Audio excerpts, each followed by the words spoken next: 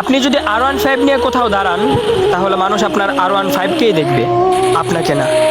কিন্তু কোনো বিশ্বসেরা ফুটবল কিংবা ক্রিকেট প্লেয়ার যদি BMW নিয়েও দাঁড়ায়, সবাই কিন্তু ওই প্লেয়ারটাকেই দেখবে, তার BMW-কে না। আপনি যদি 10,000 টাকা দামের গেঞ্জি আর প্যান্ট পরেন, তাহলে মানুষ আপনার গেঞ্জি আর প্যান্টটাকেই দেখবে, আপনাকে না। আর ওই প্লেয়ারটা যদি 50 টাকা দামের গেঞ্জিও পরে, তাহলে কেউ তার গেঞ্জিটাকে দেখবে না, সবাই কিন্তু ওই প্লেয়ারটাকেই দেখবে।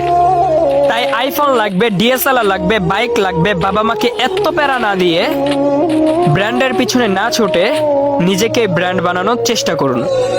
নিজেকে এমনভাবে তৈরি করে তুলুন যাতে মানুষ আপনাকে ব্র্যান্ড বলতে বাধ্য হয়। আর আপনি যখন ব্র্যান্ড হয়ে যাবেন, তখন আপনার 20 টাকা দামের ছেঁড়া রুমালটাও নিলামে বিক্রি হবে লক্ষ টাকায়। আর আপনি যখন ব্র্যান্ড হয়ে যাবেন, তখন আপনার প্রত্যেকটা জিনিসও